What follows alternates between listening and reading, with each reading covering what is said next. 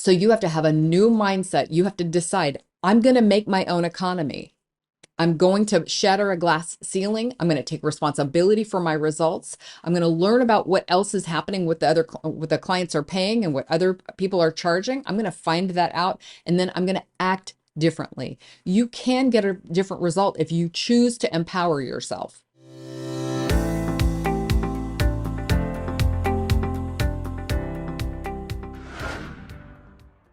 Hey, it's Samantha Hartley of the Profitable Joyful Consulting Podcast. Let's talk about charging what you want for your services, hundreds of thousands of dollars, charging that rate and getting it. So specifically, I want to talk a little bit about why men can do that, what comes more easily to male consultants as far as I see in my work, then comes to women consultants. Let's talk about that because I want to just tell you some brutally honest things that I see about what's happening. Then I'm going to share what women can do to get that number that they want to get, charge that price that you're looking for. And I'm going to share with you several examples of my clients who are doing exactly this. I teach women to command a high rate for their services, not what you're worth, because you are priceless. I want to teach you how to disentangle your worth and your identity from this number, and also to be bold and competitive and go in there and say, this is what the service is worth and this is what I want for it. That is what's going to separate you from consultants who are struggling. You don't have to accept what everybody else is doing. And a lot of the reasons why I think women consultants are doing that is because they don't know what others are doing. Very often when a client first comes to me, one of the first things that she'll say is like, I just want to know, like, how are other people doing this? It doesn't need to be a mystery. So I'm going to share with you today some of the things that I see. So part of today's inspiration is that I see men consultants charging like $300,000 for an engagement. And I'll see a woman consultant go in and really struggle to say a number like 30,000. And if I look at what they're doing, the work is similar. And really the only difference is that one is a guy who feels like he can do this, and one is a woman who's struggling to kind of get her head around and her confidence around that number. So the men tend to be more confident. Well, what else is true? Well, if we're just going to look back at the gender thing, in general, a lot of times men are the breadwinners in the family. And so they just feel like they're entitled to go in, and they kind of have to go in and get these big numbers. And so they do. I think men tend to take things less personally by and large. I do know some very sensitive men. Listen, I know gender exceptions to everything I'm about to say. I'm just talking gross generalization and as things are, broad strokes. Men tend to take things less personally. And so if they say a big number and they get some pushback on it, it doesn't like shatter their confidence. They're like, okay, well, we'll negotiate on that last 30K, but in general, it's gonna be 270 and not 300, but I'm not going home with my tail between my legs. And I'm sorry I asked. So they see things, I think, a lot of times more competitively and more like a game than like their whole world collapses if something doesn't go exactly the right way. And also, they are accustomed to charging more, being paid more. Like we all know as a society that that's true. And I think men take that in stride. And then I think testosterone has something to do with it. I just think you have this hormonal thing that says, I'm gonna go in there and like kill that mammoth and like win the day, or, whatever is the warrior kind of attitude. So I have women that I work with who have a lot of those same attitudes. And I don't think we have to like be guys or be warriors in order to get those same results, although it can be fun to do those things. But it can be better if we just have a perspective. So some of what I'm going to share with you is just like what else is going on when these things are working. So very important to me. I run in my business and in my life, and when I'm working with my clients, I'm a no blame, no shame coach, business owner, team leader. It's all about no blame and no shame. So none of the things that I'm saying today are intended to say like, well, you've been doing it wrong and you should be ashamed of charging low prices. I'm also never going to say, well, you're charging 70,000 when you could be charging 150,000, and so you're bad and wrong. I'm never saying that. Exactly what you're doing is, if that is the result that you want, then awesome, knock yourself out. What I'm saying is, if you would like to do things differently, I'm going to share with you some ways that that can happen. If we look at situations like, well, I'm just older than other people. I'm not going to be able to do that. Or I'm from the South, and in the South, people don't really, they think that women shouldn't be earning more than men. Or there's all of this like, well, there's a glass ceiling, and just like women generally are not paid like men are. Or, in this economy, things aren't really like, I can't really do that. If I go into victim mode and I think about all the reasons that things can't happen for me, then I never am going to get what I want. And so what I'm encouraging is like, rather than blaming ourselves or shaming ourselves for the way that things have been, I choose empowerment. I like to take responsibility for it. And I'm like, okay, glass ceiling, fine. Here's what I'm going to do. I'm going to start my own business. Well, but the economy's really bad. Well, guess what? Economy's going to be bad for other people. I'm going to choose my own economy. So I'm going to find a way to work with the kind of clients who can afford to work with me, who see the value in services that I'm bringing and things like that. Okay. So to me, it's not about blame. It's about taking responsibility and empowering ourselves to do things differently and to get what we want. The more I expect to get what I want, the more I do get what I want. And no matter how like marginalized I might be, like I've worked with clients who are women, who are older women, who are people of color.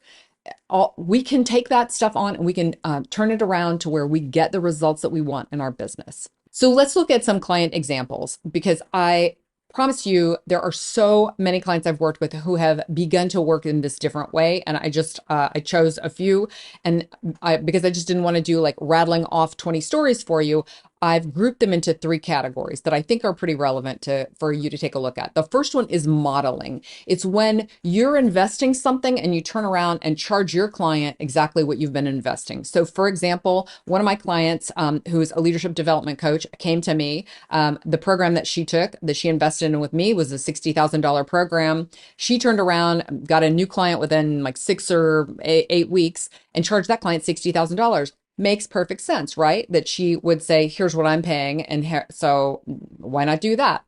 That was the first one out the gate. Since then, she now charges $250,000 and more for her engagements. But it was kind of a stair step way for her to begin to go from like $1,500 a day or whatever she was charging, something ridiculously low, to okay, I can do 60,000, I can charge 60,000 to now 250,000, right? So it's kind of ramping yourself up to paying more and more because you begin to get accustomed to things.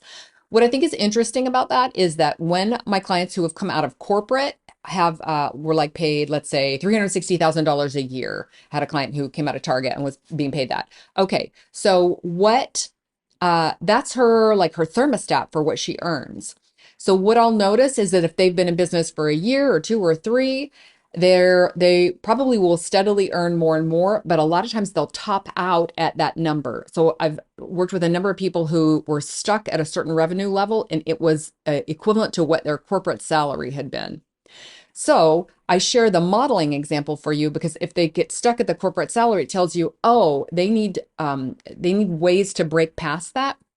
And a lot of times this modeling, what I'm doing of like, just stair step it. Don't like immediately go to 700,000, like stair step yourself up so you don't freak yourself out. And you gradually begin to be able to charge more and more and more. And you get accustomed to that.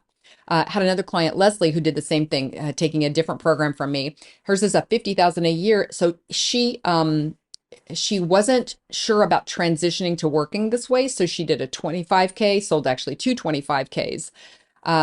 For 6 months. So it's really a 50K, but she's not sure if she wants to work this way, if it's going to maybe the price is actually going to be a little too low that way. It turns out she thinks it is, and she thinks she can charge more for it. So when she does the renewals for these clients, these will be year-long renewals instead of 6 months, and they'll probably be benchmarked at more like 60 to 75,000 as opposed to 50,000. Cool. So you can see how when somebody says, well, if I can pay that, to someone to grow my business, well, certainly the clients that I'm working with can pay that and more. So that's the kind of like the modeling me version of it.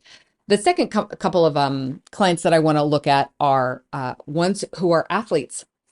Athletes are competitive, and they tend to view things as a game and view life as a game. And so I have a couple of clients I've worked with who are just like, I think I can do this. So my client Patty, when she first came to me, she's doing CFO services. And when she first started with me, she was doing like a little bit of work she would do for her clients would be, and I say a little bit because she wasn't doing like year-long transformational engagements. She was just doing like little projects for them. And it was like 25 or $3,500 a piece. And so as you know from hearing me, like I'm going to want her to do year-long engagements. I'm going to want that to be way more invested. And she was looking at on a monthly basis what they'd be paying. So she began to charge, higher and higher and higher. And she tells me that the first time that she did I think it was an 11,000, 10 or 11,000. She was like, well, I was nervous as shit that they were going to say no, but then I just stayed with it. And then they said yes. So once you've got the adrenaline high of like, wow, I just sold that in, then it can turn into more and more and more. So she's doing fractional, a department. She's doing fractional services, which is something I'll talk about in a second. But that kind of competitive spirit, I think, is what emboldens her every time to be raising her prices and keep raising her prices. And I think there's somewhere 15-ish a month. And she has several clients at that level. So that bottom of the revenue pyramid, the way I teach to do that, she's definitely doing that. Another client who came to me and said, I'm working with, I have this opportunity and I don't know how to price it. So when I looked at who she was working with and what she was charging, it was, in the 60s and 70,000s. And so we talked about this new opportunity. And I said, this is another sporty woman, super athletic, super competitive. And so I said to her, what do you think for this one? And she said, I think it's probably about 125,000, but I'm not sure. And the more she told me about it, I said, I think it's actually about a $400,000 engagement. And I think you could do a lot more, but I feel like probably 400,000 is what you're going to be comfortable with. Sure enough, she went and sold that in for $400,000. Now, if you're wondering like, well, what kind of work are they doing? She's doing executive coaching of leadership teams. So a lot of times people are like, well, I don't really do the kind of thing that you could charge that kind of money for. Yes, you do.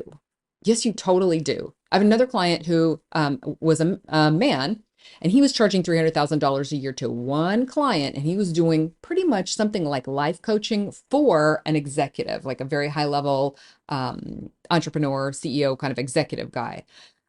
When you're working at that level, life and business are the same thing. So you could say it's $300,000 in business coaching, but nevertheless, I want you to be hearing like, these are the rates that people are charging.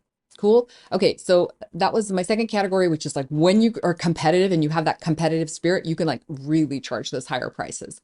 The last category is when you're a department or a fractional department as opposed to an individual. And I do think that this makes things easier because a lot of times it's like, well, it's just one me. Doesn't have to matter. But if you take that on, then it's going to impact your prices. I don't see that happening as much for my clients who are like they have a lot of people to pay. So my first example is an IT consultant I was working with, Carrie. Her case study is on my website. They were charging hourly for their services, and they had teams of people who would go in, but it was all this hourly billing and it was super onerous to do this billing. And the clients like were paying tons and tons of money per month, but it was all based on an hourly rate. And I was like, listen, you know how to direct the work better and to charge like what you need to be doing for this. Like, why don't you just get this to where you're charging them a monthly rate? And so she got this packaged. Well, we did basically working together on this. We packaged this into a certain set number of packages, and she went out and immediately sold a $480,000 engagement. And has other packages that go in the business, but that $480,000 one was the one that was like light bulb. I can charge by, not by the hour. I can charge these larger sums. And, when you go in and sell a 500K, dude, it's like game over. So she also is a very competitive person and loved going in and getting that win. So it's just a matter of getting that confidence really going.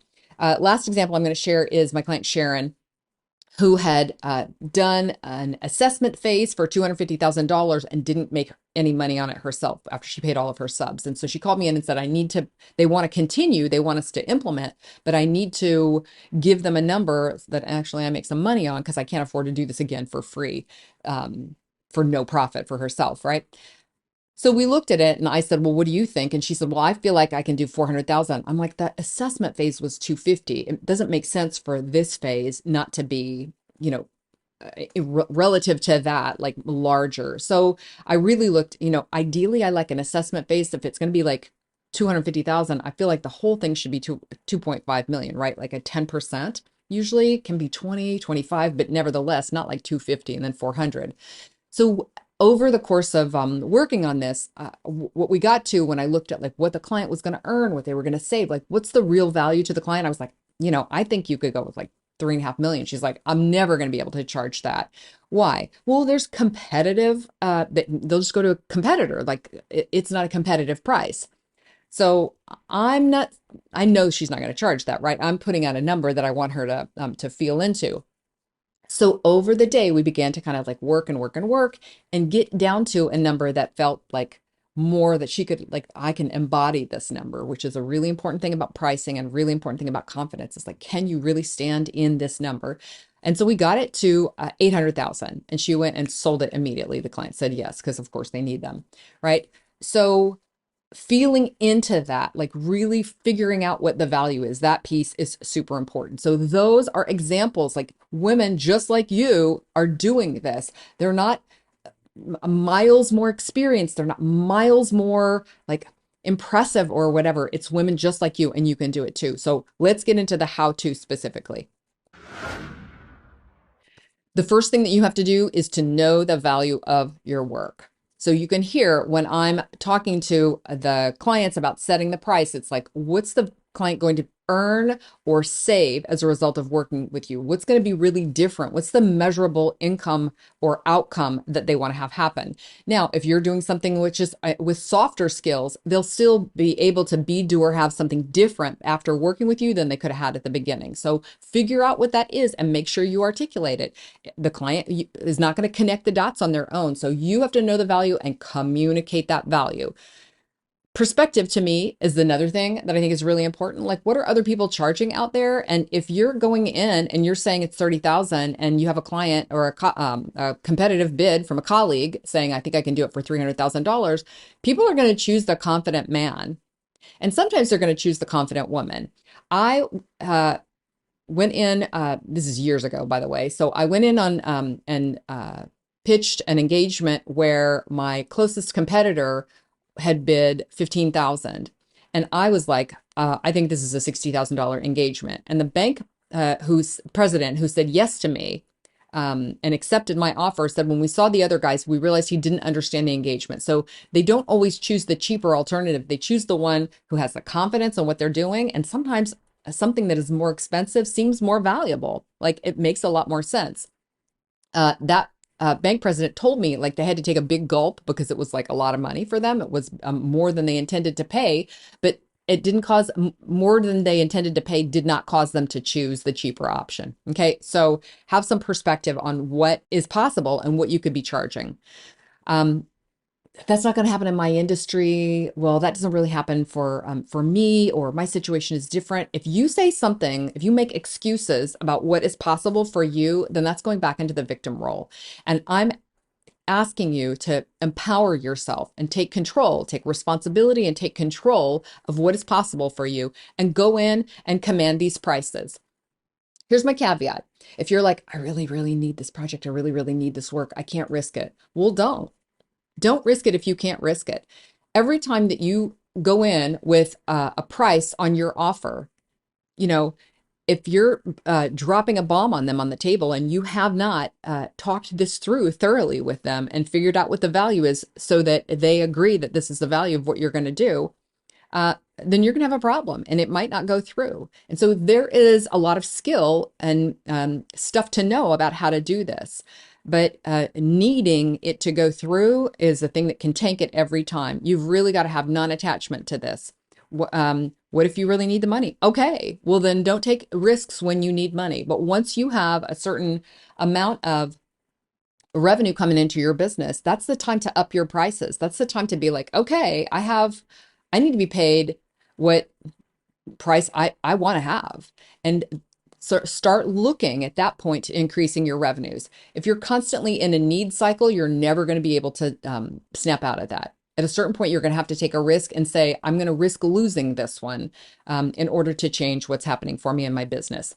I'll tell you when that gets easier, when you're mad. So my client, Leslie, who went in and had been charging by the hour and was going to go in and change from people who were being charged by the hour to saying, no, actually, it's going to be this kind of a rate now from now on, to a more of a flat retainer rate. When she did that, these were existing clients, and it's really hard to do this on existing clients who are stuck and used to a certain thing.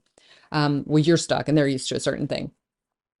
But she was to the point where she was like, I'd rather not have the work than to keep doing this. And so that kind of like being so ready for a change that you're kind of like irked about who you're working with, that's the time to that you can really stand behind this. And you're going to go in, you're going to have a combination of confidence and a little bit of like mild anger or irritation. And that kind of thing can really cause the client to say, okay, yes, we will do it. You have to prepare for these meetings. You have to prepare yourself. This is a mindset, as you can hear, and you can also hear there's technique in what I'm talking about. I can't cover all that is possible in the course of a podcast, and I've talked about price over seasons. So I'll reference in the show notes, I'll show you other episodes where I talked about this. But at the end of the day, when a consultant comes to me and she and I sit down and we talk about, we're going to double your business. And sometimes we have 5x to business in 1 year. That is possible because we're attacking this from all the angles. So you have to have a new mindset. You have to decide, I'm going to make my own economy. I'm going to shatter a glass ceiling. I'm going to take responsibility for my results. I'm going to learn about what else is happening with what the clients are paying and what other people are charging. I'm going to find that out, and then I'm going to act differently. You can get a different result if you choose to empower yourself. Over the years, I've had a few women who were not able to change to working this way, and it has broken my heart. And very often it's because the cultural pressures that are on them, they're not able to let go of those. So even if we can break through the glass ceiling, or even if they are out of that place in the South, or even if other people are not looking at them, they're still struggling to let go of those identities. So sometimes that is older women who just have internalized that misogyny, or internalized that like you have this place, and they really can't break out of that. Sometimes it's a cultural background where it's just like, this is just how things are where I'm from, and they can't release that. Or sometimes it's just self-esteem. And there's only so much I can do before, somebody else has to pick up the ball. I want you to be rich. I want you to be profitable. I want there to be so much revenue coming into your business that you can be at choice about who you work with and when you work. I want you to be financially free. And the way that happens is for you to release these stereotypes, for you to release the expectation that society has of you, that you're going to be meek and sweet and go along with everything. And I want you to command prices that are commensurate with the value you are bringing your clients. Okay? And with that, I am wishing you an extremely profitable and joyful consulting business.